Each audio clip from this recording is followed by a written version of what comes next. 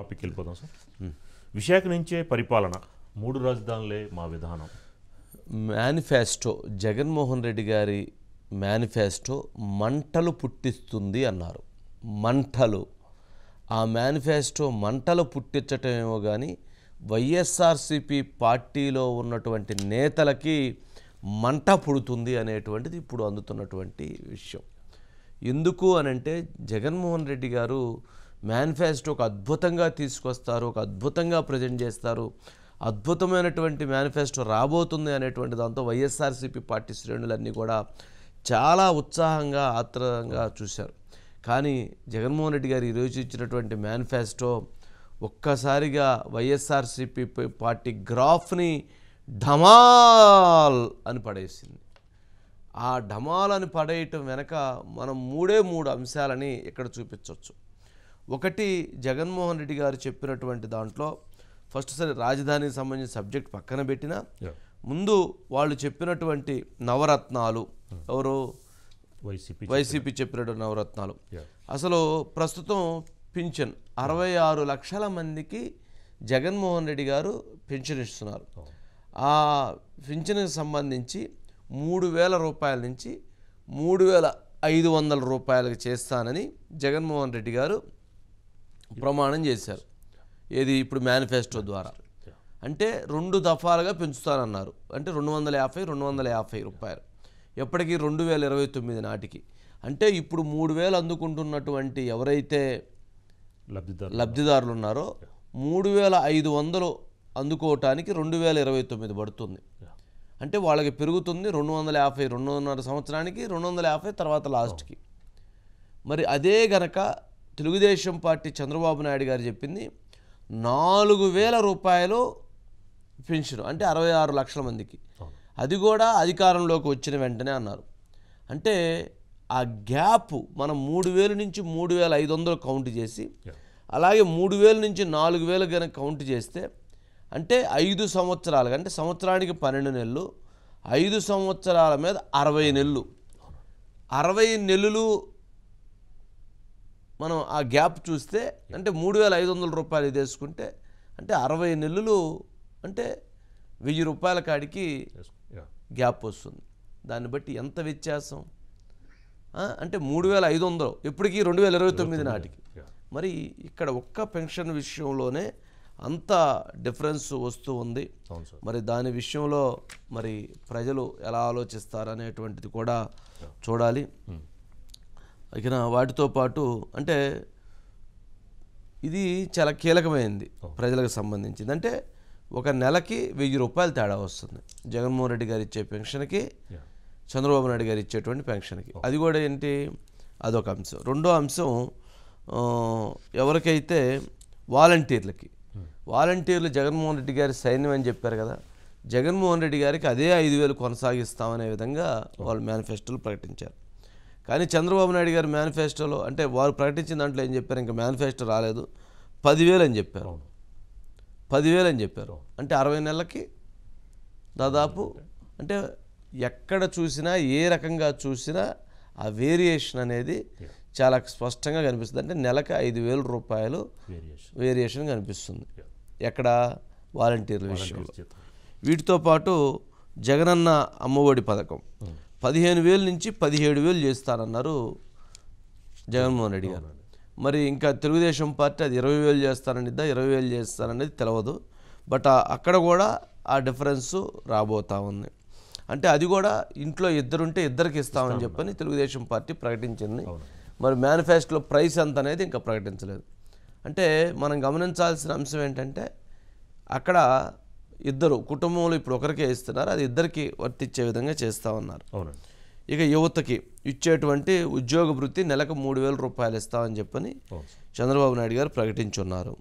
అంటే కూటమి ప్రకటించినటువంటి దాంట్లో చూస్తే. అదేవిధంగా రైతులకి ఇచ్చేటువంటి దాంట్లో 13,500 రూపాయలు ఇస్తున్నారు ఇప్పుడు వైసీపీ, దాన్ని 16,000 చేస్తున్నారు. అంటే 2,500 పెరుగుతుంది సంవత్సరానికి. కానీ ఇక్కడ ఏదైతే కూటమి, తెలుగుదేశం, జనసేన, బీజేపీ కూటమి 20,000 రూపాయలు పెంచుతామని చెప్పని వాళ్ళు ప్రకటించారు. అంటే ప్రతి దగ్గర కూడా ఎంతటి వ్యత్యాసం. ఒక ఈ ఓన్లీ ఈ మెయిన్ స్కీమ్స్లో చూసుకుంటే.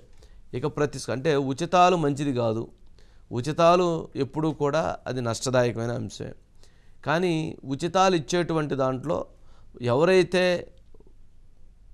పబ్లిక్ నిజమైనటువంటి లబ్ధిదారులు ఉన్నారో వాళ్ళకి ఇవ్వటం వలన వాళ్ళని సామాజికంగా ఆర్థికంగా వాళ్ళని వృద్ధి చేయటం కోసం ఉపయోగపడవచ్చు. కానీ ఇలా పోటీపడి ఇచ్చేదానికంటే కూడా వాళ్ళని కూర్చోబెట్టి తిండి పెడతామనే దానికంటే కూడా వాళ్ళని ఉపాధి పరంగా వాళ్ళకి బిజినెస్ పరంగా లేదా ఎంప్లాయ్మెంట్ పరంగా విద్యపరంగా వైద్యపరంగా వాళ్ళకు సపోర్ట్ చేస్తామని చెప్పడం అనేటువంటిది ఒక మంచి ఉద్దేశం, అది మంచి లక్షణం. కానీ వాటికంటే ప్రభుత్వాలన్నీ కూడా ఈ విషయంలోనే పోటీ పడుతున్నాయి. సరే, దీన్ని సమర్థించట్లేదు, కానీ ప్రజలకు ఉన్నటువంటి అవసరాల దృష్ట్యా ఇది అవసరం అనేటువంటి దాంట్లో పాలకులు వెళ్తున్నారు కాబట్టి సరే, అదొకటి. ప్రమాలను పడేయటం వెనక మనం మూడు అంశాలని ఇక్కడ చూపించవచ్చు. ఒకటి, జగన్మోహన్ రెడ్డి గారు చెప్పినటువంటి దాంట్లో ఫస్ట్ సరే రాజధానికి సంబంధించిన సబ్జెక్ట్ పక్కన పెట్టినా ముందు వాళ్ళు చెప్పినటువంటి నవరత్నాలు, ఎవరు వైసీపీ చెప్పినటువంటి నవరత్నాలు. అసలు ప్రస్తుతం పింఛన్ 66 లక్షల మందికి జగన్మోహన్ రెడ్డి గారు పెన్షన్ ఇస్తున్నారు. ఆ పింఛన్కి సంబంధించి 3,000 రూపాయల నుంచి 3,500 రూపాయలకు చేస్తానని జగన్మోహన్ రెడ్డి గారు ప్రమాణం చేశారు. ఏది ఇప్పుడు మేనిఫెస్టో ద్వారా. అంటే 2 దఫాలుగా పెంచుతానన్నారు. అంటే 250 రూపాయలు ఎప్పటికీ 2029 నాటికి. అంటే ఇప్పుడు 3,000 అందుకుంటున్నటువంటి ఎవరైతే లబ్ధిదారులు ఉన్నారో 3,500 అందుకోవటానికి 2029 పడుతుంది. అంటే వాళ్ళకి పెరుగుతుంది 250, 2.5 సంవత్సరానికి 250 తర్వాత లాస్ట్కి. మరి అదే గనక తెలుగుదేశం పార్టీ చంద్రబాబు నాయుడు గారు చెప్పింది 4,000 రూపాయలు పెన్షన్, అంటే 66 లక్షల మందికి. అది కూడా అధికారంలోకి వచ్చిన వెంటనే అన్నారు. అంటే ఆ గ్యాప్ మనం 3,000 నుంచి 3,500 కౌంట్ చేసి, అలాగే 3,000 నుంచి 4,000 కనుక కౌంట్ చేస్తే, అంటే 5 సంవత్సరాలు, అంటే సంవత్సరానికి 12 నెలలు, 5 సంవత్సరాల మీద 60 నెలలు. 60 నెలలు మనం ఆ గ్యాప్ చూస్తే, అంటే 3,500 రూపాయలు తీసుకుంటే, అంటే 60 నెలలు అంటే 1,000 రూపాయల కాడికి గ్యాప్ వస్తుంది. దాన్ని బట్టి ఎంత వ్యత్యాసం, అంటే 3,500 ఇప్పటికీ 2029 నాటికి. మరి ఇక్కడ ఒక్క పెన్షన్ విషయంలోనే అంత డిఫరెన్స్ వస్తూ ఉంది. మరి దాని విషయంలో మరి ప్రజలు ఎలా ఆలోచిస్తారనేటువంటిది కూడా చూడాలి. ఇక వాటితో పాటు అంటే ఇది చాలా కీలకమైంది ప్రజలకు సంబంధించింది. అంటే ఒక నెలకి 1,000 రూపాయలు తేడా వస్తుంది జగన్మోహన్ రెడ్డి గారు ఇచ్చే పెన్షన్కి, చంద్రబాబు నాయుడు గారు ఇచ్చేటువంటి పెన్షన్కి. అది కూడా ఏంటి, అదొక అంశం. రెండో అంశం, ఎవరికైతే వాలంటీర్లు జగన్మోహన్ రెడ్డి గారి సైన్యం అని చెప్పారు కదా, జగన్మోహన్ రెడ్డి గారికి అదే 5,000 కొనసాగిస్తామనే విధంగా వాళ్ళు మేనిఫెస్టోలు ప్రకటించారు. కానీ చంద్రబాబు నాయుడు గారి మేనిఫెస్టోలో, అంటే వారు ప్రకటించిన దాంట్లో ఏం చెప్పారు, ఇంకా మేనిఫెస్టో రాలేదు, 10,000 అని చెప్పారు. 10,000 అని చెప్పారు. అంటే 60 నెలలకి దాదాపు, అంటే ఎక్కడ చూసినా ఏ రకంగా చూసినా ఆ వేరియేషన్ అనేది చాలా స్పష్టంగా కనిపిస్తుంది. అంటే నెలకు 5,000 రూపాయలు వేరియేషన్ కనిపిస్తుంది ఎక్కడ, వాలంటీర్ల విషయంలో. వీటితో పాటు జగనన్న అమ్మఒడి పథకం 15,000 నుంచి 17,000 చేస్తానన్నారు జగన్మోహన్ రెడ్డి గారు. మరి ఇంకా తెలుగుదేశం పార్టీ అది 20,000 చేస్తాననిద్దా, 20,000 చేస్తాననేది తెలియదు. బట్ అక్కడ కూడా ఆ డిఫరెన్స్ రాబోతా ఉంది. అంటే అది కూడా ఇంట్లో ఇద్దరుంటే ఇద్దరికి ఇస్తామని చెప్పని తెలుగుదేశం పార్టీ ప్రకటించింది. మరి మేనిఫెస్టోలో ప్రైస్ ఎంత అనేది ఇంకా ప్రకటించలేదు. అంటే మనం గమనించాల్సిన అంశం ఏంటంటే, అక్కడ ఇద్దరు కుటుంబంలో ఇప్పుడు ఒకరికే ఇస్తున్నారు, అది ఇద్దరికి వర్తించే విధంగా చేస్తూ ఉన్నారు. ఇక యువతకి ఇచ్చేటువంటి ఉద్యోగ వృత్తి నెలకు 3,000 రూపాయలు ఇస్తామని చెప్పని చంద్రబాబు నాయుడు గారు ప్రకటించున్నారు. అంటే కూటమి ప్రకటించినటువంటి దాంట్లో చూస్తే. అదేవిధంగా రైతులకి ఇచ్చేటువంటి దాంట్లో 13,500 రూపాయలు ఇస్తున్నారు ఇప్పుడు వైసీపీ. దాన్ని 16,000 చేస్తున్నారు. అంటే 2,500 పెరుగుతుంది సంవత్సరానికి. కానీ ఇక్కడ ఏదైతే కూటమి, తెలుగుదేశం, జనసేన, బీజేపీ కూటమి 20,000 రూపాయలు పెంచుతామని చెప్పని వాళ్ళు ప్రకటించారు. అంటే ప్రతి దగ్గర కూడా ఎంతటి వ్యత్యాసం. ఒక ఈ ఓన్లీ ఈ మెయిన్ స్కీమ్స్లో చూసుకుంటే ఇక అంటే ఉచితాలు మంచిది కాదు, ఉచితాలు ఎప్పుడూ కూడా అది నష్టదాయకమైన అంశమే. కానీ ఉచితాలు ఇచ్చేటువంటి దాంట్లో ఎవరైతే పబ్లిక్ నిజమైనటువంటి లబ్ధిదారులు ఉన్నారో వాళ్ళకి ఇవ్వటం వలన వాళ్ళని సామాజికంగా ఆర్థికంగా వాళ్ళని వృద్ధి చేయటం కోసం ఉపయోగపడవచ్చు. కానీ ఇలా పోటీపడి ఇచ్చేదానికంటే కూడా వాళ్ళని కూర్చోబెట్టి తిండి పెడతామనే దానికంటే కూడా వాళ్ళని ఉపాధి పరంగా వాళ్ళకి బిజినెస్ పరంగా లేదా ఎంప్లాయ్మెంట్ పరంగా విద్యపరంగా వైద్యపరంగా వాళ్ళకు సపోర్ట్ చేస్తామని చెప్పడం అనేటువంటిది ఒక మంచి ఉద్దేశం, అది మంచి లక్షణం. కానీ వాటికంటే ప్రభుత్వాలన్నీ కూడా ఈ విషయంలోనే పోటీ పడుతున్నాయి. సరే, దీన్ని సమర్థించట్లేదు, కానీ ప్రజలకు ఉన్నటువంటి అవసరాల దృష్ట్యా ఇది అవసరం అనేటువంటి దాంట్లో పాలకులు వెళ్తున్నారు కాబట్టి సరే, అదొకటి. ఇక రెండు, వీటితో పాటు మళ్ళీ జగన్మోహన్ రెడ్డి గారు అమరావతి అనేటువంటిది శాసన రాజధాని, విశాఖ మాత్రం పరిపాలన రాజధాని, విశాఖకే వెళ్ళిపోతామని చెప్పని ప్రకటించారు. కర్నూలు న్యాయ రాజధాని అని చెప్పారు. ఆంధ్రప్రదేశ్లో ఉన్నటువంటి న్యాయవాదులకు కానీ లేదా ఈ కేసును చూస్తున్నటువంటి మేధావులకు కానీ అమరావతి సంబంధించి రైతులు చేస్తున్న పోరాటం గురించి తెలిసినటువంటి ప్రజానీకం కానీ, త్యాగం గురించి తెలిసిన ప్రజానీకం కానీ, లేక చదువుకున్నటువంటి వారు ఎవరైనా సరే, ఏ వ్యక్తి అయినా సరే, సమాజం పట్ల కొంచెం ఆలోచించేటువంటి ఏ వ్యక్తి అయినా సరే జగన్మోహన్ రెడ్డి గారు ఈ 3 రాజధానులు చెప్పిన దాని విషయంలో నవ్వుతున్నారు. ఎందుకు అని అంటే 5 సంవత్సరాలుగా 3 రాజధానులు అని చెప్పి 4 సంవత్సరాలుగా ఆంధ్రప్రదేశ్ రాష్ట్రానికి రాజధాని లేకుండా చేసి, కర్నూలు న్యాయ రాజధాని కాదు, అది హైకోర్టు పరిధిలోనే ఉంటుంది, హైకోర్టు అక్కడే ఉంటుందని చెప్పని ప్రభుత్వం అఫిడవిట్ వేసి, కర్నూలు న్యాయ రాజధాని కాదు అని ప్రభుత్వమే చెప్పి మరలా ఇంకా కర్నూలు రాజధాని అని చెప్పేటువంటి ప్రయత్నం చేశారంటే అబద్ధం చెప్పినా అతికినట్టు ఉండాలి. ప్రజల జీవితాల విషయంలో ఒక రాష్ట్ర 5 కోట్ల మందికి ప్రజలకు సంబంధించినటువంటి రాజధాని విషయంలో నవ్వులు పాలు చేయకూడదు, ప్రజలని తల దించుకునే విధంగా చేయకూడదు. 5 కోట్ల మంది ప్రజలు గనక ఇక్కడ మనము చదువుకున్నటువంటి వాళ్ళు లేక ఎవరైనా కానీ బయటికి వెళ్ళినప్పుడు మీ రాజధాని ఏది అని అంటే చెప్పలేని పరిస్థితి అవుతుంది. మీ రాజధాని ఏది అంటే తలదించుకునేటువంటి పరిస్థితి ఏర్పడింది. అవహేళన చేస్తున్నారు బయట. ఏంటయ్యా మీరు పెద్ద చెప్తారు, మీకు రాజధాని లేదయ్యా మీ ఆంధ్రప్రదేశ్కి, మీరు మాటలు చెప్పేదని అంటున్నారు. ఎగతాళి చేస్తున్నారు, అవహేళన చేస్తున్నారు, అవమానపరుస్తున్నారు. మరి అన్ని అవమానాలని ప్రజలు భరించటానికి కారణం ఎవరు? ఆ ప్రజలని పరిపాలిస్తున్నటువంటి నాయకుడు జగన్మోహన్ రెడ్డి గారు కాదా? ఇంకా న్యాయ రాజధాని విషయంలో మరి అలాంటి మాటలు చెప్పవచ్చా? సహేతుకమేనా? ఎంతటి దుర్మార్గం! ఎందుకు వాళ్ళు అఫిడవిట్ వేశారు లేదు అని న్యాయ రాజధాని. ఇక శాసన రాజధాని, పరిపాలన రాజధాని, సుప్రీంకోర్టులో కేసు ఉంది. సుప్రీంకోర్టు ఇప్పటికే ఇక్కడ జరుగుతున్నటువంటి విషయాలపైన తీవ్రమైనటువంటి ఆగ్రహాన్ని వ్యక్తం చేసింది ప్రభుత్వం పైన. ప్రజలకి ఏదైతే ఒప్పుకున్నారో రైతాంగానికి 34,000 ఎకరాలు ఇచ్చిన రైతాంగానికి వారికి చేయాల్సింది చేసిన తర్వాత మీరు కావాలంటే అప్పుడు ఆలోచన చేయండి తప్ప మీరు ఆ లోపు చేయటానికి లేదని చెప్పి మరలా కూడా ఒక అబద్ధాన్ని నిజం చేయటం, ఒక నిజాన్ని అబద్ధం చేయటం అనేటువంటి దాంట్లో మరి జగన్మోహన్ రెడ్డి గారు ఎందుకు అలా చెప్తున్నారో తెలియదు. కానీ సుప్రీంకోర్టులో ఉన్నటువంటి విషయాన్ని ఇంకా కూడా అలాగే తీసుకెళ్తాం, అలాగే చేస్తాం అనేటువంటి దాని విషయంలో వారు అదే విధానమైనటువంటి నిర్ణయాన్ని వ్యక్తం చేస్తున్నారు.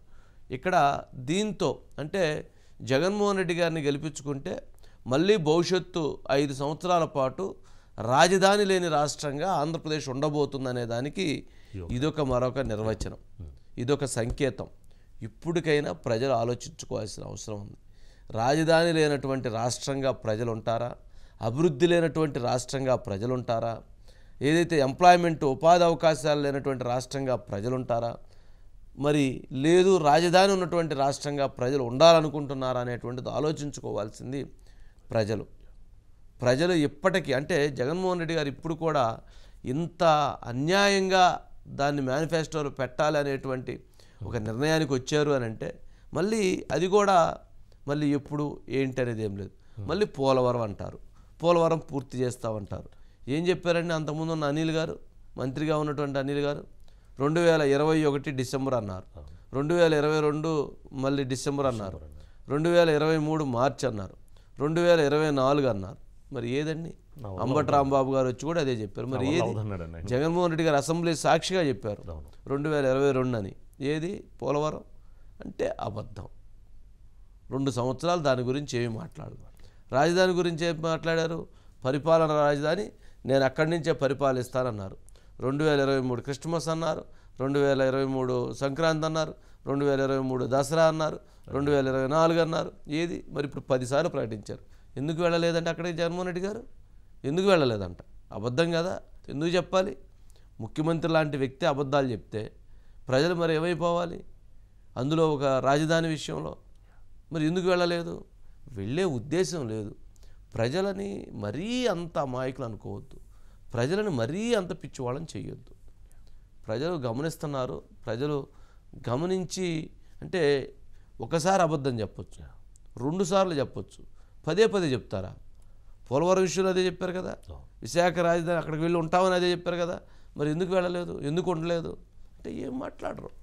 అడిగిన దానికి ఎవరు క్వశ్చన్ అండ్ ఆన్సర్స్ లేవు కదా. మనం అనుకున్నది మనం చెప్తా ఉంటే పోతూ ఉంటుంది కాబట్టి దానికి క్వశ్చన్ అండ్ ఆన్సర్స్ లేవు కాబట్టి ఎవరు అడగరు. ఆ పార్టీలో ఉన్న ఎమ్మెల్యేలు అసలు అడగరు. ఓకే, ఇక జలయజ్ఞం ప్రాజెక్టులు ప్రాధాన్యత క్రమంలో పూర్తి. అట్లా రోడ్లు మరమ్మత్తు అభివృద్ధిపై ప్రత్యేక శ్రద్ధ పెడతా ఉన్నారు. ఇది ఇష్టం లేనటువంటి పదాన్ని బలవంతంగా రాయించినట్లున్నారు. రోడ్లు మరమ్మతులు అభివృద్ధిపై ప్రత్యేక శ్రద్ధ అని చెప్పని మరలా ఇదొకటి చెప్పారు. ఇంతవరకు బాగానే ఉందండి. ప్రత్యేక హోదా ఏదండి?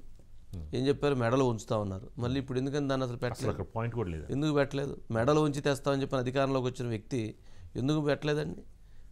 లేదు. ప్రత్యేక హోదాకు సంబంధించి విభజన చట్టంలో ఉన్నటువంటి హామీలకు సంబంధించినటువంటి అంశాల విషయంలో ఎందుకు ప్రత్యేకంగా ప్రస్తావించలేదు? అంటే మొత్తానికి దీనిని ఏ రకంగా అయితే ఆంధ్రప్రదేశ్కు సంబంధించినటువంటి దాన్ని ఏ రకంగా అన్యాయం జరగాలి ఆ రకంగా అన్యాయం జరిగినాయని జరిగిపోయినాయి 5 సంవత్సరాలు. ఇంక ఇప్పుడు మనకు కావాల్సినటువంటి ఏవైతే ఉన్నాయో వాటిని కనీసం అడిగి తీసుకునేటువంటి విషయంలో కూడా వారికి ఆ పట్ల శ్రద్ధ అనేటువంటిది కనపడలేదు. ఎందుకనో వెల్ఫేర్ విషయంలో చూపించలేకపోయారు, అట్లాగే డెవలప్మెంట్ విషయంలో చూపించలేకపోయారు, ఏదైతే క్యాపిటల్ విషయంలో చూపించలేకపోయారు, ఫార్మర్స్ విషయంలో చూపించలేకపోయారు, యూత్ విషయంలో కూడా అన్నీ కూడా ఒక నష్టానికి చెందినటువంటిగా ఉన్నాయి. ఒకసారి బైట్స్ ఉన్నట్లున్నాయి. బాబు మాట్లాడుతున్నారు సార్, ఒకసారి ఆ బైట్స్ ప్లే చేయండి. రాజధానికి సంబంధించి 2024లో వైఎస్ఆర్ కాంగ్రెస్ పార్టీ ప్రభుత్వం మళ్ళీ ఏర్పడగానే విశాఖ పరిపాలనా రాజధానిగా పాలన సాగుతుంది. రాష్ట్ర అభివృద్ధికి గ్రోత్ ఇంజిన్లా పనిచేసేలా విశాఖను అభివృద్ధి చేస్తాం.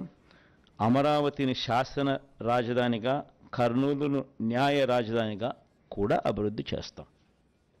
రోజు కూడా నేను చేయగలిగినవి మాత్రమే చెప్పా. ఈరోజు నేను గర్వపడతా ఉన్నా. చేయగలిగినవి మాత్రమే చెప్పి అవి మాత్రమే చెప్పి చేసి చూపించి మళ్ళీ ప్రజల దగ్గరికి ఈరోజు చరిత్రలో ఒక హీరోగా ఈరోజు ప్రజల దగ్గరికి వెళ్తున్నాం. ఏదైతే చెప్తా హీరోగా అనంటే హీరోగా అని అన్నారు కాబట్టి చెప్తున్నాను. ప్రత్యేక హోదా తెచ్చినట్లయితే జగన్మోహన్ రెడ్డి గారు హీరోనే అయ్యేవాడు. సిపిఎస్ రద్దు చేసినట్లయితే హీరోనే అయ్యేటువంటి వాడు. ఉద్యోగులకు ఇచ్చినటువంటి హామీలు నెరవేర్చినట్లయితే హీరోనే అయ్యేవాళ్ళు. ఇప్పుడు ఆయన హీరో కాదు. ఇక అది ఏంటనేది ఆయన ఊహించుకోవాలి. రాజధాని విషయంలో ఆయన చెప్పింది అబద్ధం, పోలవరం విషయంలో ఆయన చెప్పింది అబద్ధం అని మరి అన్నీ అబద్ధాలే కదా. మరి ఎలా చెప్తారండి ముఖ్యమంత్రి గారు? అదే కనుక మామూలు వ్యక్తి ఎవరన్నా చెప్తే తీసుకుపోయి జైల్లో అయ్యారు అబద్ధాలు చెబితే. నేనేమంటానంటే కోర్టులో ఎలాంటి న్యాయం చెప్పాలో అలాంటి న్యాయాన్ని ముఖ్యమంత్రి గారు నోటివంటి చెప్పాలి. కానీ ముఖ్యమంత్రి గారు గతంలో చెప్పినవన్నీ ఇప్పుడు ఏం చెప్పారండి? కరెంటు ఛార్జీలు తగ్గిస్తా అన్నారు, కరెంటు ఛార్జీలు పెంచారు.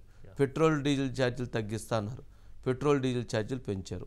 మద్య నిషేధం అన్నారు, అసలు మద్య నిషేధాన్ని విపరీతం చేసి మద్యాన్ని విపరీతంగా పెంచేశారు. కనీసం మద్య నిషేధం గురించి ఇప్పుడు ప్రస్తావించలేదు.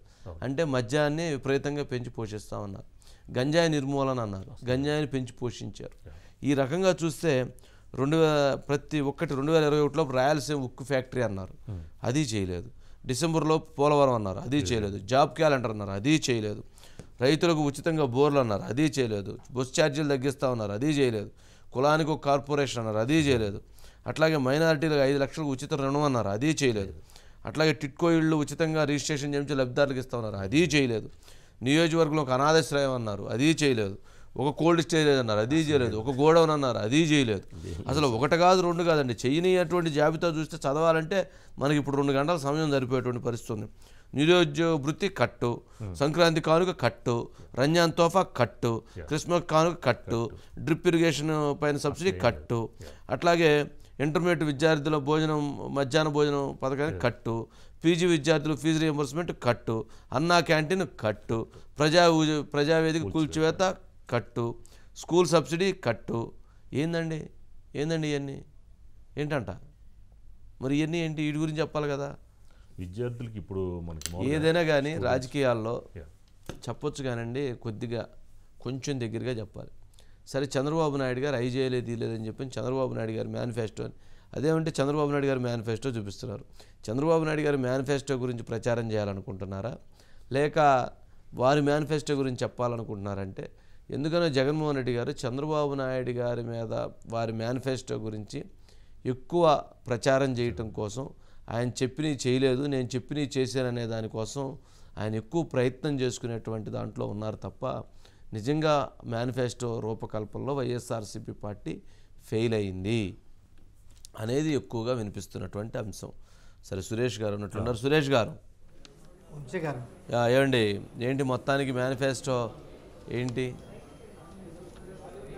వంశీ గారు, అంటే ఇందులో ప్రధానంగా మీరు చెప్పిన సంక్షేమ కార్యక్రమాలు చూసుకుంటే కేవలం 3 అంశాలకే, అంటే ఇప్పుడు అమల్లో ఉన్నదానికి ఇప్పుడు దానికి తేడా ఏంటంటే 3 అంశాలు వంశీ గారు. అందులో రైతు భరోసా ఇప్పుడు 13,500 ఇస్తుంటే 16,000 చేస్తామని అదొకటి చెప్పారు.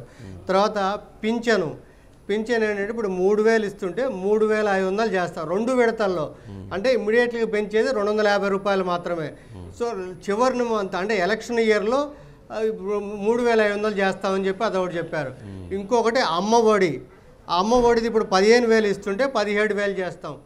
ఈ 3 మాత్రమే పెంపు వంశీ గారు. మిగతా అన్నీ కూడా అంటే ఇప్పుడు ఉన్న వాటికి కాపు నేస్తం కానీ, ఇంకొక రైతు నేస్తం కానీ, ఇలాంటి ఏదన్నా కానీ ఉన్న వాటికి కంటిన్యూ చేస్తాము.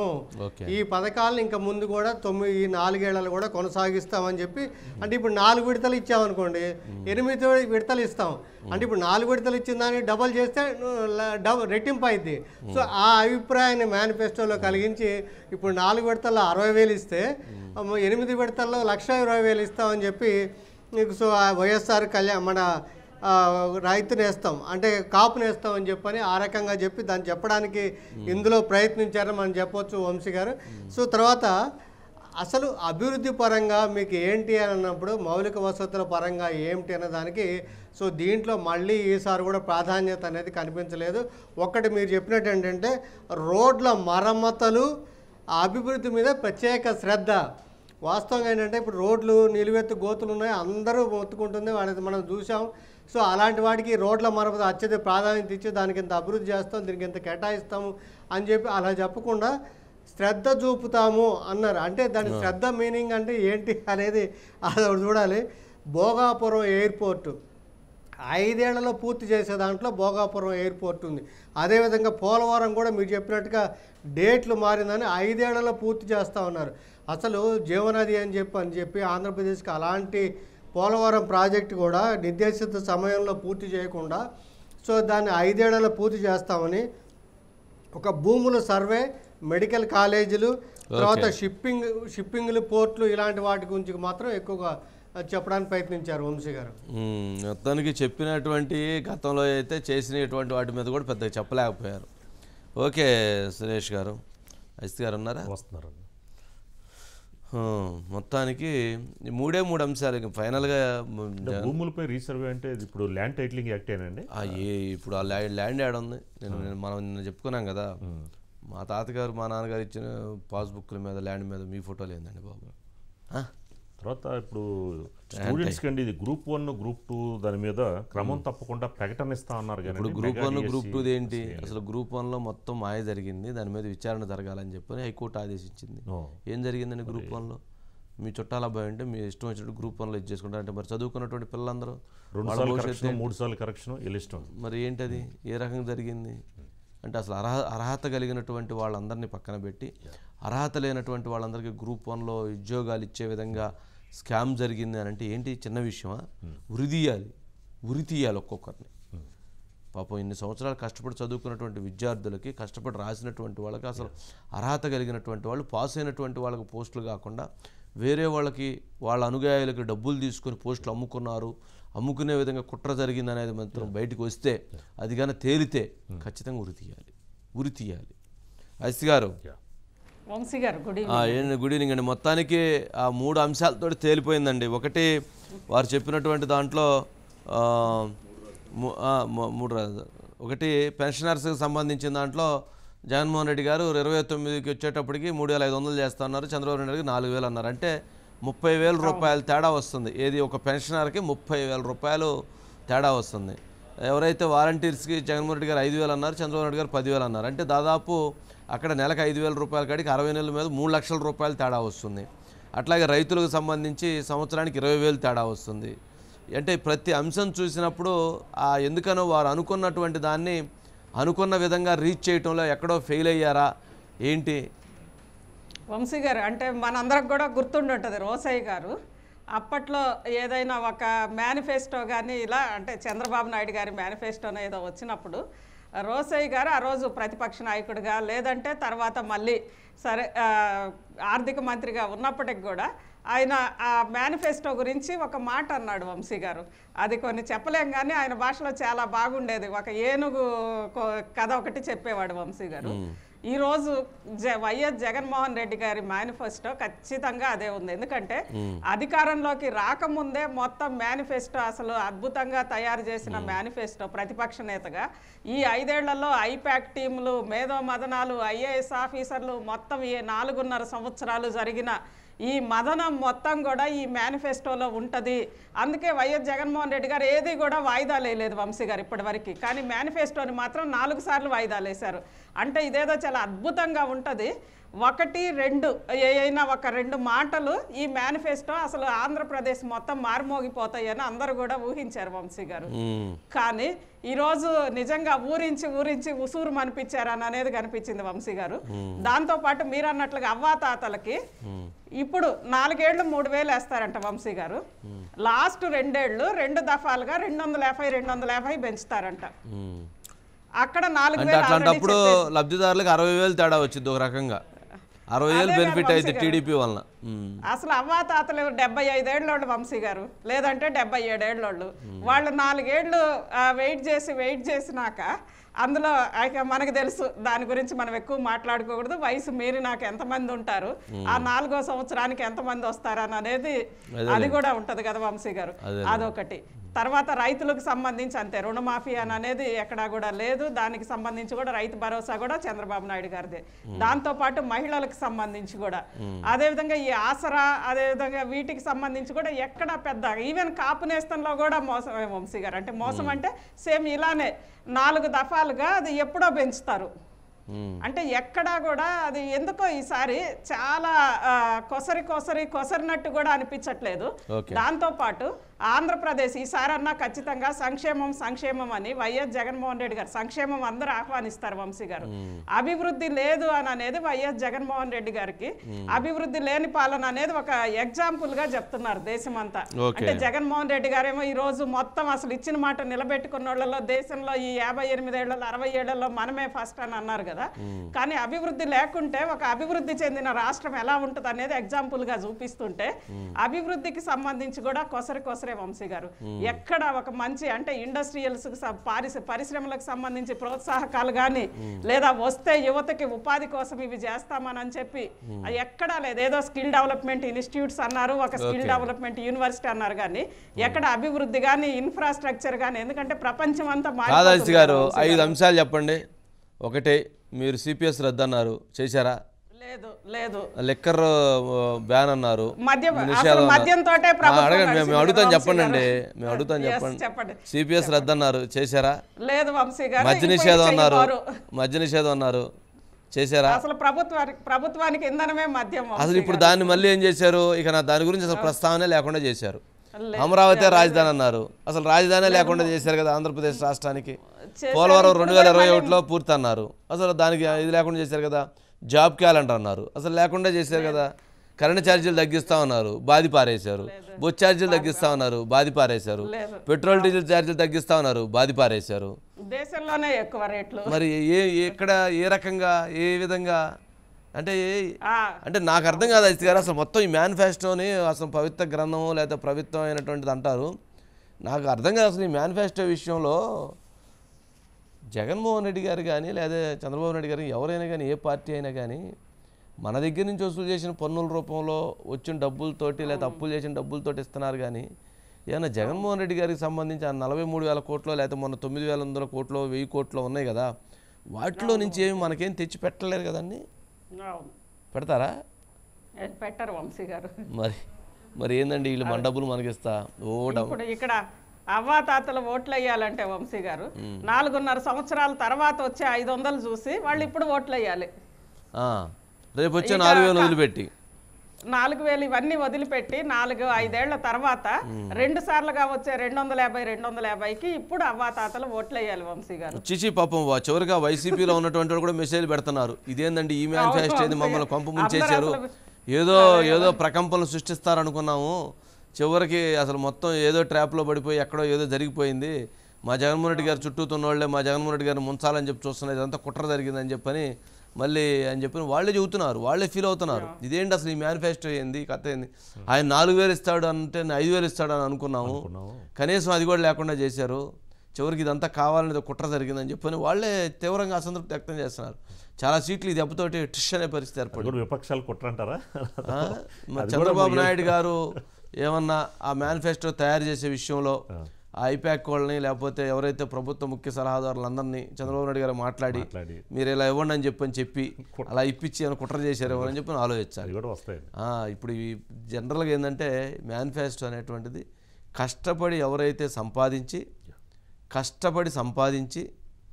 ఈ వాటి ద్వారా పన్నుల రూపంలో పన్నులు కడితే లేదా మనం వస్తువులు కొనుక్కొని ప్రతి వ్యక్తి వస్తువులు కొనుక్కోవటం ద్వారా జిఎస్టీ కడితే ఆ డబ్బులతోటి వచ్చినటువంటి ప్రభుత్వాన్ని వీళ్ళు నడుపుతూ అదేదో వీళ్ళు ఇంటికాడి నుంచి తెచ్చుకొచ్చి ఖర్చు పెట్టినట్టుగా ఫీల్ అవటం అనేటువంటిది మాత్రం కరెక్ట్ కాదు. అది మన సొమ్మే మనకు ఖర్చు పెడుతున్నారు. అయితే ఆ ఖర్చు పెట్టేటువంటి దాంట్లో కొంత న్యాయబద్ధంగా కొంచెం ఒక పద్ధతి ప్రకారంగా ఖర్చు పెట్టాలని ప్రజలు కోరుతారు. అంతేకాని పార్టీలకు అనుగుణంగా వాళ్ళ అవసరాలకు అనుగుణంగా ఖర్చు పెట్టడం అనేటువంటిది మాత్రం అది కూడా మంచి నిర్ణయం కాదు. భవిష్యత్తులో ఉచితాలు పోవాలనే నిన్న వెంకయ్యనాయుడు గారు చెప్పారు కదా, చేపలు తినటం నేర్పబాకండి, ముద్ర కలిపి పెట్టబాకండి, చేపలు పట్టడం నేర్పండి, కష్టపడి సంపాదించడం నేర్పండి, మనిషిని సక్సెస్ఫుల్గా తీసుకెళ్ళటం నేర్పండి, సోమరిపోతులు చేయబాకండి అని చెప్పారు. మరి ఆచరించేటువంటి పార్టీలు మరి మనం ఏం చేద్దాం? అజిత్ గారు అంతేనా? అంతే వంశీ గారు. ఇప్పుడు అవ్వాతాత అయినా ఏదో కర్రపోటేసుకుంటా కష్టపడి వచ్చే పెన్షన్ కోసం ఎదురు చూడాలనుకుంటారా? తమ మనవాళ్ళు మంచి ప్రయోజకులు అయ్యి వాళ్ళు తీసుకొచ్చే వాళ్ళు డబ్బులు పంపిస్తే వాళ్ళ మొహంలో వచ్చే వెలుగులు అవి చూడాలనుకుంటారా వంశీ గారు? అంటే అసలు గ్రామాలే లేకుండా పోయినాయి కదా అజిత్ గారు. ఇంక అవ్వాతాతలు తెచ్చేది ఎక్కడ, ఇచ్చేది ఎక్కడ? గ్రామాల్లో ఎవరున్నారు? 20 సంవత్సరాలు చదువుకున్నటువంటి ఎవరు ఏ వ్యక్తిని కూడా అసలు ఉపాధి కోసం హైదరాబాద్ పరిగెత్తడం, బెంగళూరు పరిగెత్తడం, చెన్నై పరిగెత్తడం పలిసిపోవటమే కదా. ఆంధ్రప్రదేశ్లో యువత ఎక్కడ ఉంటుంది? ఏ గ్రామం చూసినా కానీ బేటలు వారినటువంటి ఇల్లు, పాపం 60-70 సంవత్సరాలు పైబడిన ముసలివాళ్ళు, వాళ్ళకి మందులు తెచ్చేవాళ్ళు లేరు. వాళ్ళ పరిస్థితి దయానకంగా మారిపోయింది కదా. ఎవరు ఉంటున్నారు అసలు? ఆ రకంగా రాష్ట్రాన్ని నాశనం చేసి ఈరోజు ఏదో దానికి ఏదో అందరినీ గొప్పగా ఇచ్చేయాలనేటువంటి భావజాలం అయితే మంచిది కాదు. సరే చూద్దాంలేండి అజిత్ గారు. మరి రైట్, నెక్స్ట్ అండి, జగన్ గాయం మాయం, రాయి దాడి ఆనవాళ్ళేది. నేను దాని గురించి పెద్దగా మాట్లాడదలుచుకోలేదు. గాయం అంటే ఆ గాయం ఏమన్నా గాయం మాయమైపోయింది. నిన్న కూడా ఉందండి ఎంత స్టిక్కరు, నిన్న కూడా ఎంత స్టిక్కర్ ఉంది. ఫస్ట్ రోజు ఏమన్నా ఇంత ఉంది చిన్నది, తర్వాత ఇట్లా పెరిగింది. గాయం స్టిక్కర్ అంత పెద్దదైంది. కానీ నిన్న సాయంత్రం కూడా ఉన్న గాయం స్టిక్కరు ఈరోజు తీస్తే నాది ఎలా ఉందో జగన్మోహన్ రెడ్డి గారిది కూడా అంతే ఉంది. పెద్దగా ఏం తేడా లేదు. అంటే కనీసం దెబ్బ ఉన్నప్పుడు ఆ దెబ్బకు సంబంధించినటువంటి ఆనవాళ్ళు ఎంతో కొంత స్టిచ్చెస్ 3 స్టిచ్చెస్ వేసారు అన్నారు. మరి ఏం వేసారో డాక్టర్ గారు 20 మంది డాక్టర్లు దానికి సంబంధించి ఐసీయూలో వణుకోబెట్టి మొత్తం ఆ జాకెట్ ఏమంటాం వాటిని అది ఆ జాకెట్ వేసి ఆ జాకెట్ మీద మొత్తాన్ని ట్రీట్మెంట్ చేసి మరి మొత్తం తీసుకొచ్చారు. మరి అలాంటిది అంత చేసిన తర్వాత ఈరోజు చూస్తే నిన్న సాయంత్రం 7 గంటల దాకా ఉన్నటువంటి గాయం తెల్లారేటప్పటికి మారిపోయింది. మరి ఆ డాక్టర్ల యొక్క ప్రతిభో లేకపోతే ఏమన్నా తంత్రమంత్రాలు ఏమన్నా జయించారో నాకైతే తెలియదు, కానీ మొత్తానికి మాయమైపోయింది. ఆ గాయం చుట్టూతా ఎందుకు విమర్శ చేస్తున్నామనంటే ఆ గాయం చుట్టూతా ఆంధ్రప్రదేశ్ రాష్ట్ర రాజకీయాలు దాదాపు 15 రోజుల పాటు తిరిగినాయి. దాదాపు అనేక మంది యువకులు ఆ ప్రాంతంలో ఎవరైతే దాడి చేశారు అది చేశారని చెప్పిన వాళ్ళందరికీ చాలా తీవ్రమైనటువంటి వేదన మిగిలింది. ఎవరైతే అతని పేరు సుధాకర కొట్టారు సతీష్ గారు, రెండో అతను దుర్గారావు అనే అతన్ని అనుమానం వచ్చి గుడ్డలోడ తీసి విపరీతంగా చావగొట్టారు. మరి అలాంటి కేసు విషయంలో గాయమైందని చెప్పినటువంటి గాయం మాయం అవటం ఏంటండి? వెల్లంపల్లి శ్రీనివాస్ గారిది కూడా పోయింది, ఆయన కూడా తీశారు. ఇద్దరు ఒకేసారి తీయాలనుకున్నట్టున్నారు, అందుకని ఇద్దరు ఒకేసారి ఉంచారు. ప్రజలకు అనుమానం రాదండి. ఇప్పుడు ఒకేసారి గాయం మానిద్దా? నువ్వు 4 రోజులు ముందు తీ, లేదా నేను 4 రోజుల తర్వాత తీస్తా. ఆ పక్క నుండి సలహాలు చెబుతున్నారు చూశారండి, వాళ్ళని మాత్రం వదలకూడదు. సరే ఇవాళ మేనిఫెస్టో సరే తీసేటువంటి వాళ్ళు తర్వాత చిన్న స్టిక్కర్ వేసి కొంచెం తగ్గించి తర్వాత లేకుండా చేస్తే ఓహో నిజంగానే గాయం తగ్గుతూ వచ్చింది కావాలనుకుంటారు. ఇదేందండి? ఇదేంది అంటే నిన్న సునీత చెప్పిన దాంతో ఊరక లేకుండా మనం ఊరకిస్తే సెప్టిక్ అయింది అన్నారు చూసారా, దాంతో ఏమన్నా తీసారా? నిజంగా అయితే విమర్శలు వచ్చినాయండి. జగన్మోహన్ రెడ్డి గారు ఎన్నన్నా చెప్పనండి, ముఖ్యమంత్రి గారు వారు చెప్పిన దాంట్లో మాత్రం విమర్శలు వచ్చినాయి. విమర్శలు రావడానికి కారణం అది ఆ జరిగినటువంటి చిన్న గాయం దెబ్బ, అది రాయి దెబ్బ తప్పు, ఎవరిని చేస్తుంటే దాన్ని ఖచ్చితంగా శిక్షించాల్సిందే. కానీ దాని విషయంలో జరిగినటువంటి మాటలు గన్ను పెట్టి కాల్చబోయారు, ఎయిర్ గన్ను తెచ్చారు, ఇజ్రాయెల్ నుంచి ఇరాక్ నుంచి ఎక్విప్మెంట్ తెప్పించారు, హత్యా ప్రయత్నం చెప్పారు, మర్డర్ చేయబోయారు. వాళ్ళకి ఎవరో క్వార్టర్ ముందు ఇచ్చి ఆ పిచ్చి ముందు దాగి వాళ్ళు ఎవరికో డబ్బులు ఇవ్వలేదని చెప్పని ఎవడో రాయేస్తే ఆ రాయేసిన దాన్ని తీసుకొని ఇలా తిప్పి వాడు రాయటం కూడా ఆ కుర్రవాడు మరి అతనే కుర్రాడు వేస్తే అదేదో వెరైటీగా క్యాలెండర్ మనం క్యాలం బోర్డులో కనుక స్ట్రైకర్ తోటి కొడితే రెడ్ వైట్ 2 పడుతుంటాయి. ఒక దాంతో కొడితే ఇంకోటి పడి దట్టగుట్టాడు మరి రెండింటికి, ఇద్దరికి, మంత్రి గారికి సీఎం గారికి ముందు అనుకుంటే తర్వాత వెల్లంపల్లి గారు. సరే అది ఆ గాయం ఏందో అది అట్లా జరిగిందా లేకపోతే ఏం జరిగిందా, మరి అసలు ఆ వచ్చిన స్టోన్ ఎక్కడ పడిందో తెలియదు, అది ఎక్కడ కనపడిందో కనపడలేదు. సరే చివరికి అసలు ఆ దండ వేసిన ఉక్కు అప్పుడు గీసుకున్న దానికి సంబంధించిన దాన్ని అలా తీసుకొచ్చి ఇలా తీసుకొచ్చారా ఏంటి అనేటువంటి దాంట్లో ఇప్పటికీ సరైనటువంటి స్పష్టత లేదు. సరే ఆ కేసులో చూసాం కదా, సిపి కూడా ట్రాన్స్ఫర్ అయిపోయారు, ఆయన కూడా బదిలీ చేసింది ఈసీ. సరే ఈ మొత్తంగా గాయం మాయం అవటం కావచ్చు. చివరకు ప్రజలు ఏమంటున్నారంటే ఇదంతా ఉత్తుత్తే అని అంటున్నారు. ఉత్తుత్తేనా ఉత్తుత్తే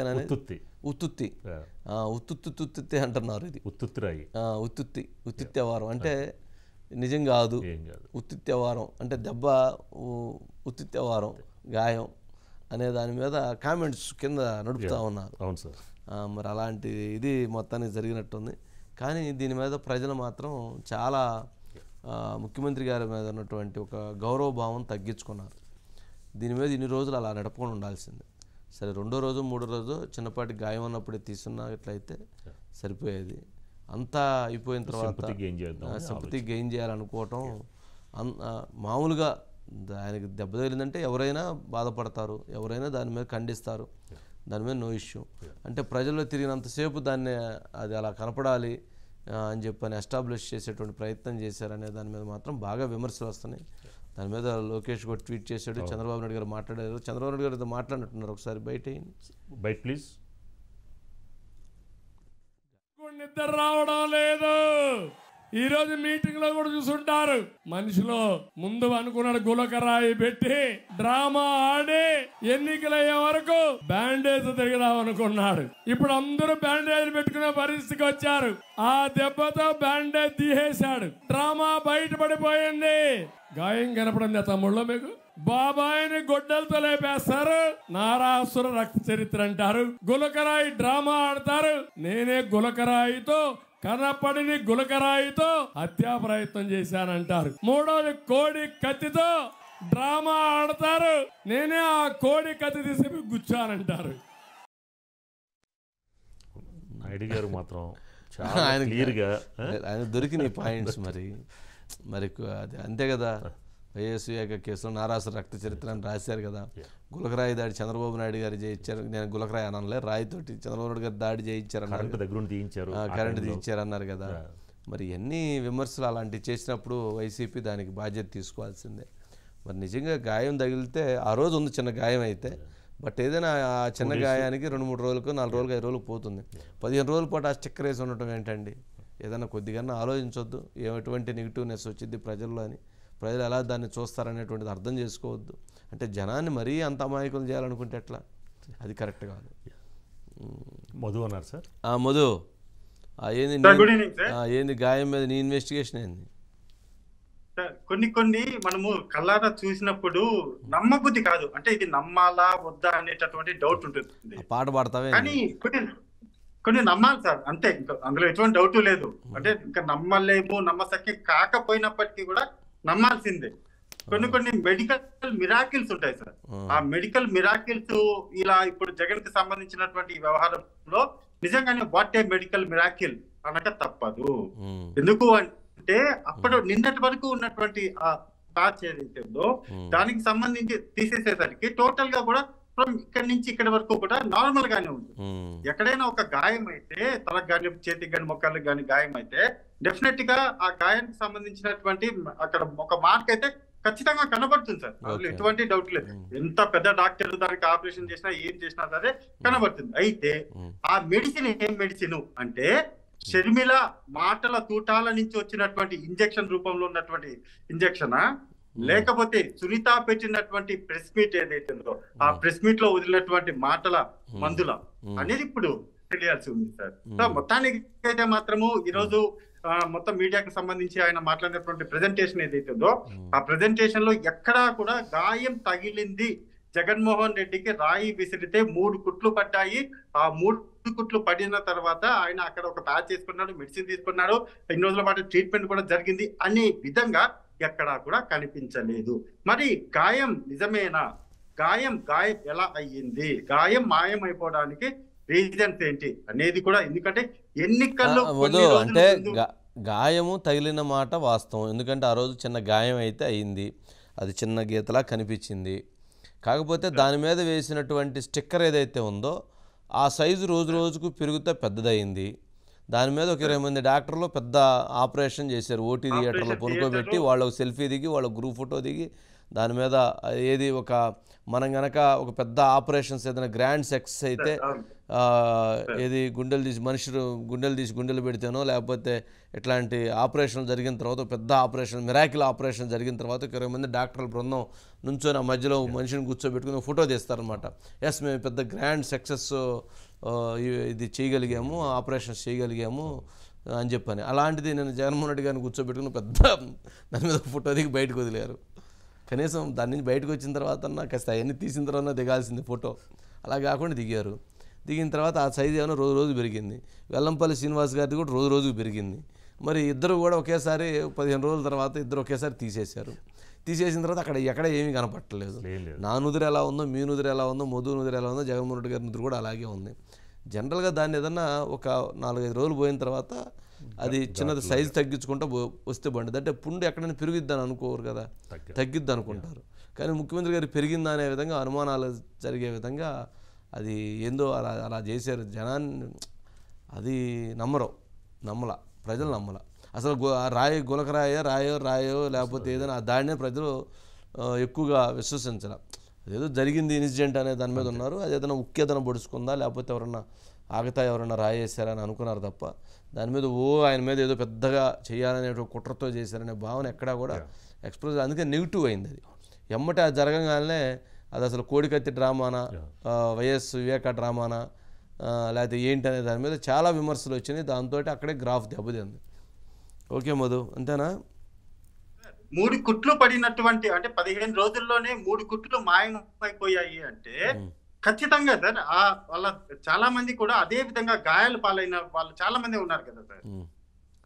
ఈ మెడిసిన్ కూడా వాళ్ళకు కూడా అదే మెడిసిన్ ఇచ్చేస్తే చాలా మంది గవర్నమెంట్ హాస్పిటల్ అంటే ఆ కుట్లు ముఖ్యమంత్రి గారికి ఏ పోయి ఎవరికైనా వేసేదని చూడు మరి, లేకపోతే అదే సార్, అంటే అంత ఫాస్ట్ గా గాయం మాయమైపోవడం అనేది చాలా అరుదు సార్. అది వండర్ అంటే వండర్ అది.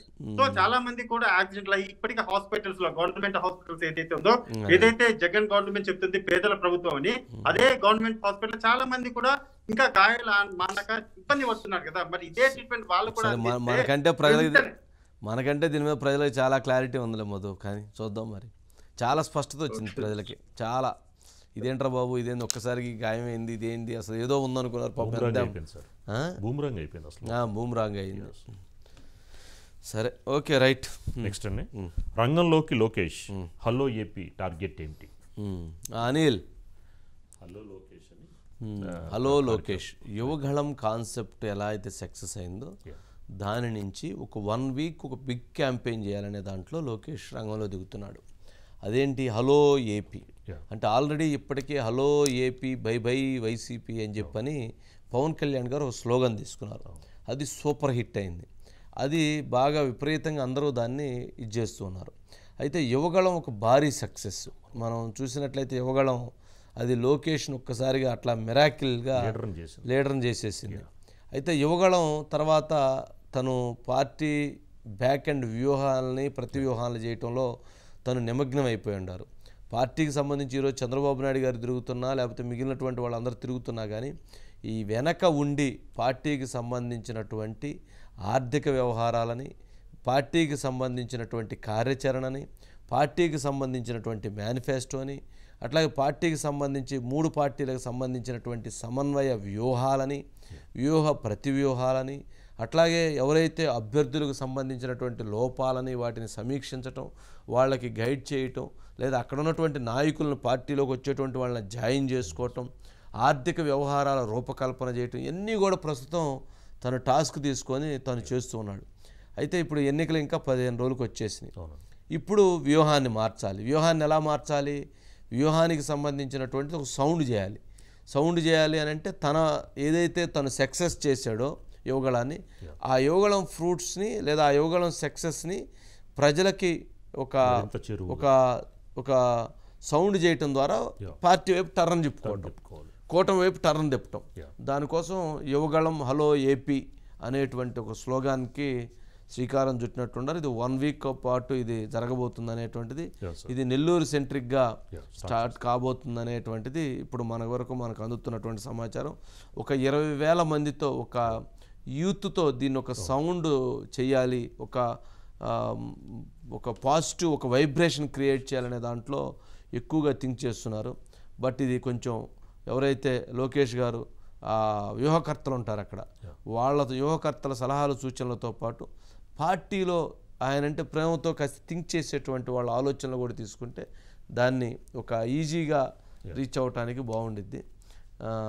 అంటే స్ట్రాటజిస్టులు ఎప్పుడు కూడా వాళ్ళకు అనుకూలంగా ఉండేట్టు చూస్తారు తప్పితే పబ్లిక్ పల్స్కి, పార్టీ పల్స్కి, క్యాడర్ పల్స్కి, యూత్ పల్స్కి లొకేషన్ కనెక్ట్ చేసే విధంగా ఉండటం అనేటువంటిది అవసరం.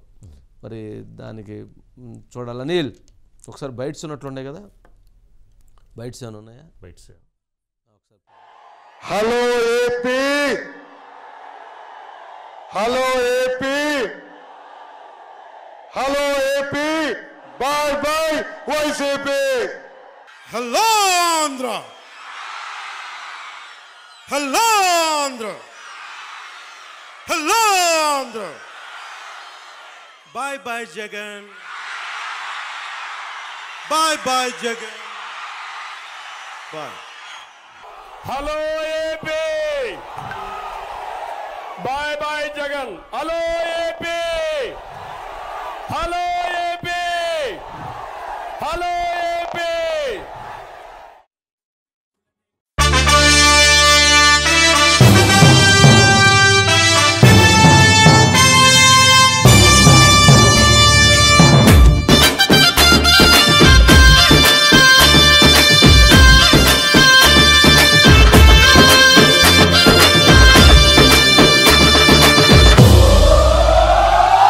ఎగిరే తెలుగుదేశం జెండా చేతబట్టినాడో, నందమూరి తారక రాముడి అంశాన గదిలినాడో, ప్రజలే తన ప్రాణమయ్యి జనబంధమవుతున్నాడో, మన నారా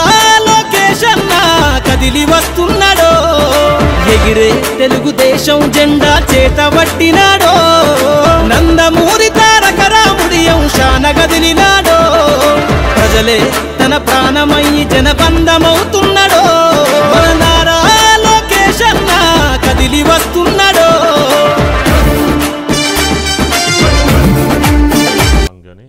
క్రియేషన్ మాత్రం నెంబర్ 1 అంటే సౌండ్ ఇప్పుడు మరి ప్రజల దగ్గర యాంటీ ఓట్ని ఇటువైపు తిప్పాలి. ఎవరైతే యూత్ ఆలోచనలు ఉన్నాయో వాళ్ళ ఓట్ని టర్న్ చేయాలంటే ఒక క్యాంపెయిన్ చేయాలనే దాంట్లోకి వెళ్ళినట్టున్నారు. Right Anil sir, good evening sir. Good evening. ఏంటి మొత్తానికి ఎప్పుడు నుంచి యువగళం హలో ఏపీ ఏంటి కార్యాచరణ, ఏంటి ఆలోచన ఏంటి? ఈ నెల 30 నుంచి నారా లోకేష్ తిరిగి మరొకసారి ప్రజల్లోకి వెళ్తా ఉన్నారు సార్. ఇప్పటికే యువగళం పాదయాత్రతో తాను ప్రజలకు చేరువవడం ఒకటైతే నేర్చుకున్నది కూడా లోకేష్ చాలా ఎక్కువగానే చెప్పాలి. తన రాజకీయ ప్రయాణ చిరస్థాయిగా నిలిచిపోవడానికి యువగళం అనే ఒక పాదయాత్ర తను ఒక మైలురాయిగా మైల్ స్టోన్గా మలుచుకున్నారు. తిరిగి అదే స్థాయిలో అదే ఉత్సాహంతో ఎన్నికల ప్రచారంలో ఒక వారం రోజుల పాటు రాష్ట్ర వ్యాప్త పర్యటనకైతే ఆయన శ్రీకారం చుడుతూ ఉన్నారు. ఇందులో భాగంగా ఇప్పటికే యువగళం అనే పేరుతో ఉమ్మడి మేనిఫెస్టోలో కూడా ఒక ప్రాధాన్యతతో కూడిన యువతకు సంబంధించి ఒక అంశాన్ని ఈ కూటమి నేతలు పొందుపరిచారు. అందులో 20 లక్షల ఉద్యోగాలు ప్రభుత్వ ప్రైవేటు రంగంలో వచ్చే 5 ఏళ్లలో సాధించడమే లక్ష్యంగా ముందుకు వెళ్తామనే ఒక హామీని ఇప్పటికే ప్రకటించి జనంలోకి తీసుకెళ్తారు. దీనికి ప్రధానంగా ఎవరికి ఇది చేరువవ్వాలి? యువతకి. ఆ యువత ఎవరు? ఈరోజు విద్యావంతులుగా చదువుకుంటున్న వారు, కళాశాలల్లో అదేవిధంగా చదువు అయిపోయి బయట ఉద్యోగాల కోసం ఎదురు చూస్తున్నటువంటి వ్యక్తులు. వారందరినీ నేరుగా కలుసుకొని రాష్ట్రంలో ఉన్న పరిస్థితులు వివరించడంతో పాటు 5 ఏళ్లలో వారికి జరిగిన అన్యాయం ఏదైతే ఉందో దాన్ని వివరించి తిరిగి కూటమికి మద్దతు కూడగట్టే ప్రయత్నంగానే హలో లోకేష్ కావచ్చు, లేదంటే యువగళం కావచ్చు, ఈ 2 పేర్లు ఒక పేరును ఫైనలైజ్ చేసుకుని ముందుకెళ్లాలనే ఆలోచనలో కనిపిస్తూ ఉన్నారు.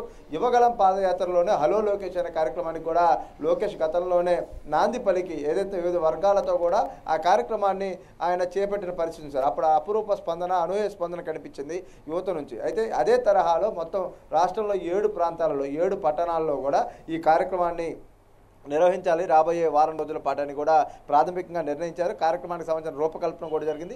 మొదట నెల్లూరు నుంచి కూడా ఈ కార్యక్రమం ప్రారంభం కాబోతా ఉంది. రాజంపేట, అదేవిధంగా రాజమండ్రితో పాటు ఇంకా మరో 4 ప్రాంతాలలో కూడా జరిగేలాగా రూట్ మ్యాప్ను సిద్ధం చేస్తూ ఉన్నారు. టీడీపీ ఉన్నత నారా లోకేష్ అటు యువగళం పాదయాత్ర తర్వాత శంకరావు అంటూ కూడా మరో 40 నియోజకవర్గాల్లో కూడా ఆయన విస్తృతంగా పర్యటించి ప్రజలకు చేరువయ్యి అటు కార్యకర్తలకు ఒక స్థైర్యాన్ని ఇచ్చే ప్రయత్నం చేశారు. ఆ తర్వాత మళ్ళీ మంగళగిరి నియోజకవర్గం పైన ఫోకస్ పెట్టి ఎన్నికల స్ట్రాటజీలో తెర వెనుక చాలా కీలకంగా నారా లోకేష్ ఈసారి పనిచేస్తూ ఉన్నారు. 2014లో ఇదే తరహాలో ఆయన పనిచేశారు. 2019లో ప్రత్యక్ష పోటీలో కొంత ఇతర అంశాలకు ఏదైతుందో తెర వెనుక పార్టీ వ్యవహారాల విషయంలో దూరంగా ఉన్నా ఇప్పుడు ఒకవైపు ప్రత్యక్ష ఎన్నికల్లో పోటీ చేస్తూనే మంగళగిరి బరిలో నిలిచినప్పటికీ కూడా కొంత సమయాన్ని స్ట్రాటజీస్కి ఈ కూటమి యొక్క లక్ష్యాలను నిర్దేశించుకొని ముందుకు వెళ్తున్న తరుణంలో వాటి అమలుకు కూడా ఆయన తన ప్రయత్నం, తన వంతు సహకారాన్ని అందిస్తూ ముందుకు వెళ్తారు. ఇలాంటి తరుణంలోనే ఒక వారం రోజుల పాటు ప్రజాక్షేత్రంలోకి రావాలి, రాష్ట్ర వ్యాప్త పర్యటన చేయాలి. యువతకు గతంలో తాను దగ్గరైనటువంటి యువగళం ద్వారా ఏదైతే హలో లోకేష్ కార్యక్రమం చేపట్టారో అదే తరహాలో ఒక్కొక్క ప్రాంతంలో 20,000 నుంచి 30,000 వరకు మంది యువతతో భేటీ అయ్యి వారి యొక్క అభిప్రాయాలను పంచుకొని తన అభిప్రాయాలను వారికి తెలియజేసి కూటమి లక్ష్యాలను వివరించి గెలిపే లక్ష్యంగా ముందుకు వెళ్లాలనేది టీడీపీ యువనేత లోకేష్ ఆలోచనగా కనిపిస్తోంది. దానికి కార్యరూపమే ఈ హలో లోకేష్ కావచ్చు, లేదంటే యువగళం కార్యక్రమం కావచ్చు. అంటే పేరు ఏదైనా కానీ యువతకు చేరువవటం, యువత ఓట్లను ఒడిసి పట్టి తెలుగుదేశం పార్టీ దాని కూటమిని గెలిపించడమే లక్ష్యంగా లోకేష్ అయితే చాలా బలంగా ముందుకు వెళ్తా ఉన్న పరిస్థితులు అయితే కనిపిస్తూ ఉన్నాయి.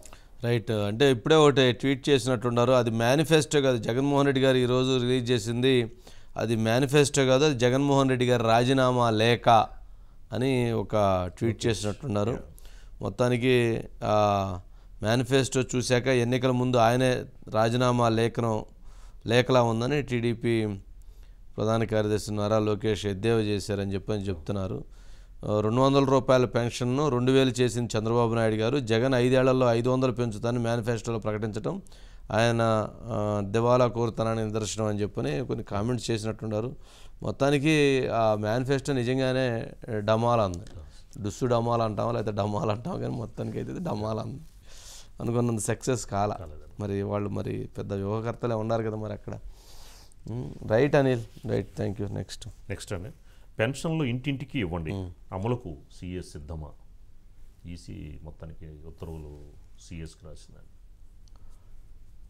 పెన్షన్స్ 1వ తారీఖు ఇంటికి ఇవ్వాలని చెప్పని లాస్ట్ టైమే ఇటువంటి సమస్యలు ఇబ్బంది రానియొద్దు అని చెప్పని ఇచ్చారు. మరలా చంద్రబాబు నాయుడు గారు ఈసీకి ఒక లేఖ ఇచ్చారు. ఏమని, మీరు పెన్షన్స్ ఇంటికే పంపించండి, 1,30,000 మంది ఉద్యోగులు ఉన్నారు, 66 లక్షల మంది పెన్షన్స్ ఉన్నారు, వాళ్ళందరికీ ఇంటికి పంపించడానికి అవకాశం ఉంది. కానీ ఇక్కడ ప్రభుత్వం అధికార యంత్రాంగం కుట్రలో భాగంగా వాళ్ళందరినీ ఇబ్బంది పెడుతున్నారు. దాదాపు 30 మంది చనిపోయారు, వారి మరణానికి ప్రభుత్వంలో ఉన్న అధికార యంత్రాంగం కారణమని లేఖ రాశారు. దీంతో మరలా ఈసీ రేపు 1వ తారీఖు వస్తుంది కాబట్టి మళ్ళీ హెచ్చరించింది. ఏమని, మీరు 1వ తారీఖు ఇంటికి ఇస్తున్నారా ఏంటి అని అడిగితే దాని మీద మరి అధికార యంత్రాంగం మరి ఏం రెస్పాండ్ అవుతారనేటువంటిది చూడాలి.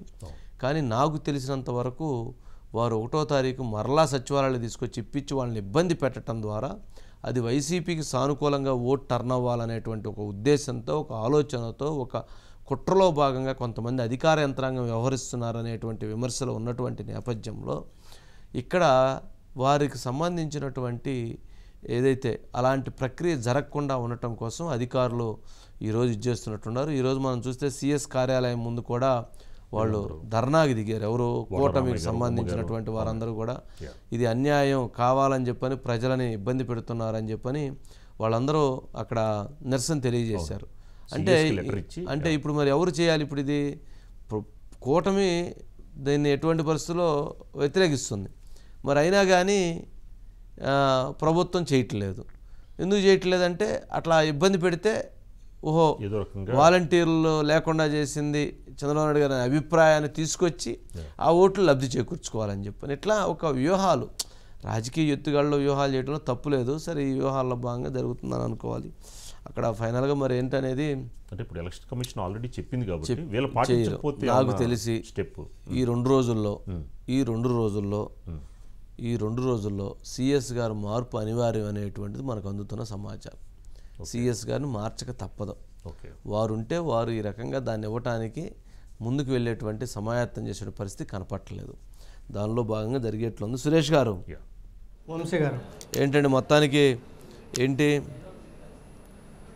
వంశీ గారు, అంటే మొన్న ఏప్రిల్లో వాలంటీర్స్ కాకుండా ప్రత్యామ్నాయ వ్యవస్థతోటి మీరు పింఛన్లు ఇవ్వండి అని చెప్పి కేంద్ర ఎన్నికల సంఘం స్పష్టమైన ఆదేశాలు జారీ చేసినప్పుడు కూడా సిఎస్ గారు కానీ ఆంధ్రప్రదేశ్ ప్రభుత్వం ఆ పింఛన్లు ఇవ్వడంలో విఫలమైంది.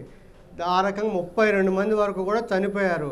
సో దాన్ని దృష్టిలో పెట్టుకొని మళ్ళీ ఎన్నికల సంఘం తాజాగా మళ్ళీ డైరెక్షన్ సిఎస్ గారు కూడా వాస్తవంగా తెలుసు కేంద్ర ఎన్నికల సంఘం ఆదేశాలు ఇవ్వాల్సిన అవసరం లేదు. ఎందుకంటే మీకు ప్రతి నెల ఇచ్చే పింఛన్లు ఇంతకుముందు వాలంటీర్స్ ఇచ్చేవాళ్ళు ఇప్పుడు ప్రత్యామ్నాయ వ్యవస్థ ద్వారా ఇంటికే అందించాలి.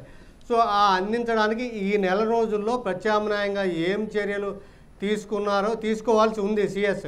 కానీ అలా తీసుకున్నట్లుగా ఎక్కడ కూడా సమాచారం రాని నేపథ్యంలో సో కేంద్ర ఎన్నికల సంఘం మరొకసారి సిఎస్ని హెచ్చరిస్తూ మీరు పింఛన్లు సక్రమంగా అందించే విధంగా చూడండి. ఎందుకంటే ఏప్రిల్ కంటే ఈసారి ఎండలు ఇంకా ఎక్కువగా ఉన్నాయి వంశీ గారు. సో ఇలాంటి పరిస్థితుల్లో మీకు పైగా పోలింగ్ ఏంటి 13వ తేదీగా పోలింగ్ జరగబోతుంది. సో ఇప్పుడు మీరు పింఛన్లు సక్రమంగా పంపిణీ కాకపోతే వాస్తవంగా ఏంటంటే సిటిజన్ ఫర్ డెమోక్రసీ వాళ్ళు ఫిర్యాదు ఇచ్చారు. తర్వాత హైకోర్టు కూడా ఆదేశాలు ఇచ్చింది. దాని నేపథ్యంలోనే కేంద్ర ఎన్నికల సంఘం ఈ నిర్ణయం తీసుకొని వాలంటీర్స్ని దూరంగా పెట్టి ప్రత్యామ్నాయ వ్యవస్థ ద్వారా చేశారు. వాస్తవంగా గ్రామ సచివాలయ ఉద్యోగులు 1,27,000 మంది ఉన్నారు.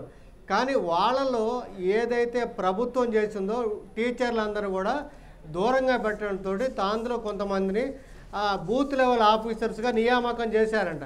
సో దానివల్ల అందులో అక్కడ ఇబ్బంది ఏర్పడేది. వాళ్ళు ఇబ్బంది ఏర్పడితే ఇంకొక ఏజెన్సీ ఉంటుంది. ప్రభుత్వం తలుచుకుంటే ఎన్ని రకాల మంది ఉద్యోగులు ఉన్నారు, ఏదో రూపంలో ఇళ్ల దగ్గర అందించవచ్చు. ఇంకోటి వంశీ గారు, గతంలో బ్యాంక్ అకౌంట్ల ద్వారా ఇంటికే అంటే అకౌంట్లో వేసేవాళ్ళు.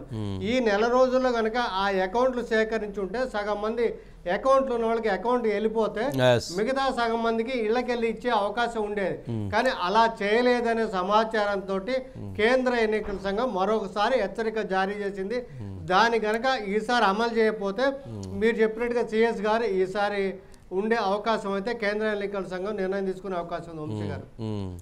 మొత్తానికి బూమ్రాంగ్ భూమిని 66 లక్షల పెన్షన్స్, 66 లక్షల పెన్షన్స్, అందులో 34 లక్షలు మాత్రమే వృద్ధాప్య పెన్షన్లు. వాళ్ళకి సక్రమంగా, వికలాంగులకు మరొక 8 లక్షలు. అంటే ఈ 40 లక్షల మంది సక్రమంగా తీసుకుంటే మీకు ఇబ్బంది ఉండదు వంశీ గారు. ఓకే సురేష్ గారు, సో నెక్స్ట్ చూద్దాం. ఇక పవన్ కోసం mega team Varun operation Pithapuram. Varun Tej ఈరోజు పిఠాపురంలో భారీ ర్యాలీ నిర్వహించారు. పవన్ కళ్యాణ్ గారిని గెలిపించాలని చెప్పని కూడా తిరుగుతున్నారు. అట్లా కుటుంబ సభ్యులు కూడా 1 by 1 వస్తారని నిన్న కూడా మనం చెప్పాం. 5వ తారీఖు చిరంజీవి గారు వచ్చేటువంటి అవకాశం ఉంది. అట్లాగే అల్లు అరవింద్ గారు వచ్చేటువంటి అవకాశం ఉంది. ఇతర నేతలు కూడా వస్తారనేటువంటిది మనకు అందుతున్న సమాచారం. ఈ నేపథ్యంలో అయితే వాళ్ళ భారీ ర్యాలీగానే జరిగింది. అట్లాగే పిఠాపురం మీద చాలా పెద్ద ఎత్తున కాన్సన్ట్రేట్ చేస్తున్నారు. అంటే ఇదంతా ఒకవైపు జరుగుతూ ఉంది. ఇప్పుడు నిన్న మనం చూస్తే కొంత భారీ మద్యం డంపును పట్టుకున్నారు.